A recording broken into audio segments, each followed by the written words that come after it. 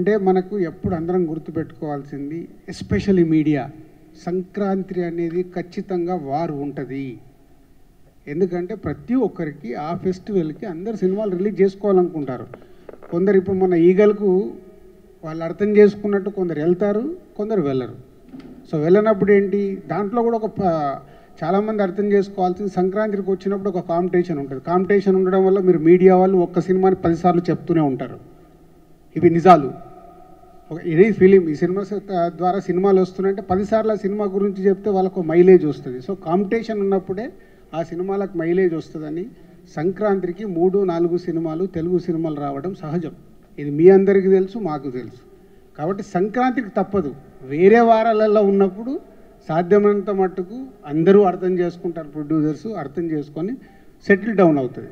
But సంక్రాంతికి every year రావాల్సిందే. పోతే నెక్స్ట్ ఇయర్ నుంచి సంక్రాంతికి మీకు దిల్ రాజు దొరకడు.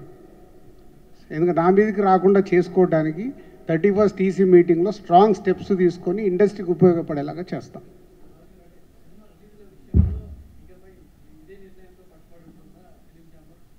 ప్రస్తుతానికి మా బాడీ అలా వర్క్ చేస్తుంది. రేపు వచ్చే బాడీ కూడా ఇలా వర్క్ చేస్తే బాగుంటుంది. మేమేంటి అందరం టీం వర్క్గా చేస్తున్నాం, ఎలా చేస్తే బాగుంటుందని ప్రయత్నం చేస్తున్నాము.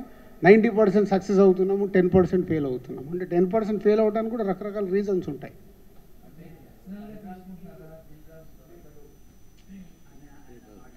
నో దొరకడు మీనింగ్ నెక్స్ట్ దానికి నేను టర్మ్కు ప్రెసిడెంట్గా ఉండను.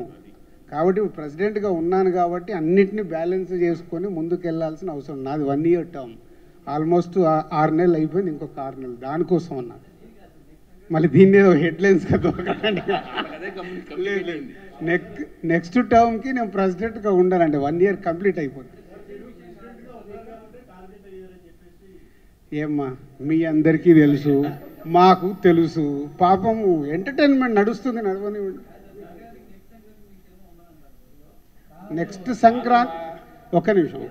నెక్స్ట్ సంక్రాంతికి నా సినిమా ప్రొడక్షన్ నుంచి కన్ఫామ్గా ఉంటుంది. కాబట్టి ప్రెసిడెంట్గా నేను ఉన్నాను కాబట్టి నా మీద సమస్యలు ఎక్కువ ఉండవు.